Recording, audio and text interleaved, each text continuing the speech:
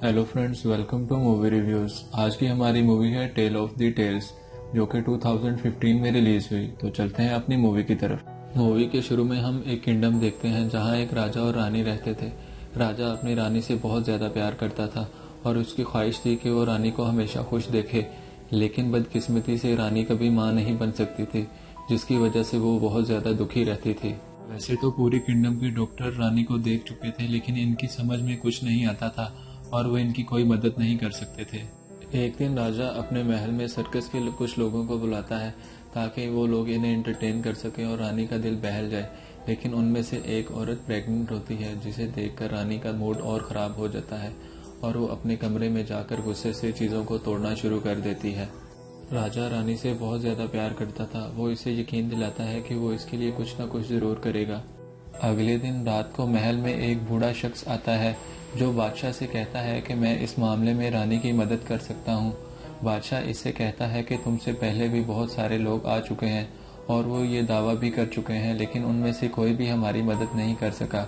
तुम कैसे कह सकते हो कि तुम हमारी मदद कर सकते हो?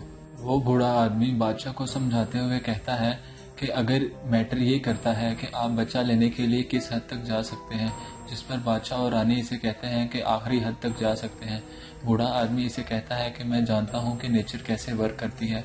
अगर आप लोगों को बच्चा चाहिए तो इसके लिए कोई ना कोई कुर्बानी देनी पड़ेगी, जिसकी वजह से हर चीज़ एक बैलेंस में रहेगी और कोई भी चीज़ अनबैलेंस नहीं होगी। बादशाह को सी मॉन्स्टर को मारने का टारगेट दिया जाता है, जिसे मारने के बाद इसका दिल निकाल लिया जाएगा और इसका दिल कोई ऐसी औरत पकाएगी जो अभी तक अनमैरिड होगी और अभी तक बिल्कुल अकेली रह रही होगी। इसे निकालने के बाद रानी इसको खा लेगी और प्रेग्नेंट हो जाएगी। क्योंकि इन्हें बच्चा चाहिए होता है, बादशाह मॉन्स्टर को मारने के लिए निकल जाता है और करीबी दरिया में इन्हें इनका टारगेट मिल भी जाता है। ये एक बहुत बड़ा वाइट कलर का मॉन्स्टर था। बादशाह सोते हुए इस पर हमला कर देता है और इसे मारने में कामयाब हो जाता है, लेकिन इसी दौरान बादशाह को बहुत ज़्यादा जख्म आ जाते हैं और इसकी मौत हो जाती है। लेकिन बादशाह मरने से पहले इस मॉन्स्टर का दिल निकाल चुके होते हैं। अब महारानी इस दिल को एक कपड़े में लपेटकर महल में ले जाती है। इनके महल में इनकी मेड्स में से एक ऐसी औरत थी जो अभी तक बिल्कुल अकेली और अनमैरिड थी। इसे ये ऑर्डर किया जाता है कि वो महारानी के लिए इस दिल को पकाएगी, लेकिन जब वो इस दिल को पका रही होती है, इसे अजीब सा महसूस होता है और पकाने के दौरान ये भी प्रेग्नेंट हो जाती है और ये दिल पकाकर महारानी को दे देती है।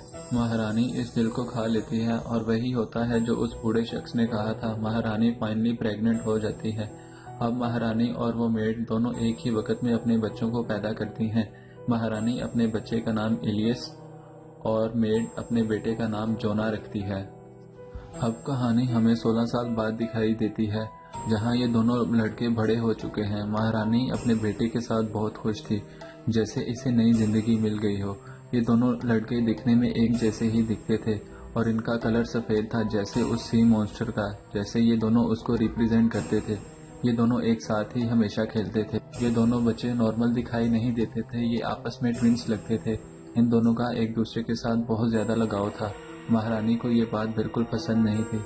महारानी अपने बेटे को बहुत बार मना कर चुकी थी, लेकिन ये बाज नहीं आते थे। महारानी इसे हमेशा समझाती थी कि एक मेड के लड़के से तुम्हारी दोस्ती नहीं हो सकती, तुम एक शहजादे हो, लेकिन इसके बावजूद वो बाज नहीं आते थे और हमेशा एक साथ खेलते थे। इनमें ये एबिलिटी थी कि ये दोनों पानी में सांस ले सकते थे और हमेशा छुपने के लिए उसी दरिया में जाते थे जहाँ उस मॉन्स्टर को मारा गया था।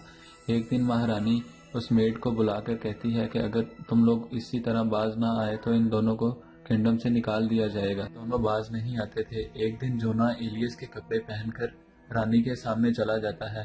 रानी इसे बिल्कुल नहीं पहचान पाती, लेकिन इसे हमेशा शक रहता है।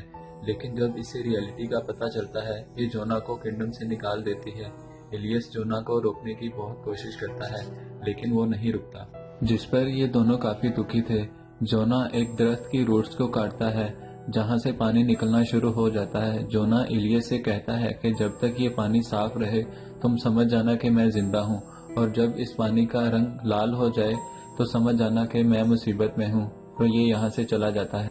काफी महीने गुजर जाते हैं। इलियस रोज पानी को देखने आता है, लेकिन एक दिन जब ये पानी को देखने आता है तो ये देखता है कि पानी का रंग लाल है। वो समझ जाता है कि जोना की जान खतरे में है और वो अपनी मदर को बताए बगैर किंगडम से निकल जाता है जोना को ढूंढने के लिए और वो उसे काफ़ी ढूंढता है। आखिरकार इसे जोना का घर मिल ही जाता है। जोना एक लड़की से शादी कर चुका होता है। क्योंकि जोना और इलियस एक जैसे दिखते हैं तो उन्हें ऐसा ही लगता है जोना वापस आ गया है और पूछने पर पता चलता है कि जोना 5 दिन पहले घर से जंगल के लिए निकला था। इलियस उसे ढूंढने के लिए जंगल में चला जाता है। दूसरी तरफ महारानी अपने बेटे के लिए बहुत ज़्यादा परेशान होती है और पूरे जंगल में इसकी तलाश करती है, लेकिन वो इसे कहीं नहीं मिलता। फिर वो उसी बूढ़े शख्स को बुलवाती है और उसे अपने बेटे के बारे में बताती है। वो फिर से वही डिमांड करता है कि अगर तुम अपने बेटे को वापस लाना चाहती हो तो जान के बदले जान देनी पड़ेगी। जंगल में एक जगह फंस जाता है और काफ़ी जख्मी हो जाता है। एक उड़ने वाला मॉन्स्टर इस पर हमला कर देता है और इसे जान से मारने की कोशिश कर देता है। जोना की चीखें सुनकर इलियस को इसे ढूंढने में काफ़ी आसानी हो जाती है। इलियस जोना को ढूंढ लेता है और अपनी तलवार की मदद से उस मॉन्स्टर को मार देता है, लेकिन वो नहीं जानता था कि ये मॉन्स्टर उसकी अपनी माँ है। लेकिन बात भी यही हुई थी, जान के बदले जान। जोना की जान बच जाती है और इलियस इस किंगडम का राजा बन जाता है और इसके साथ ये मूवी ख़त्म हो जाती है।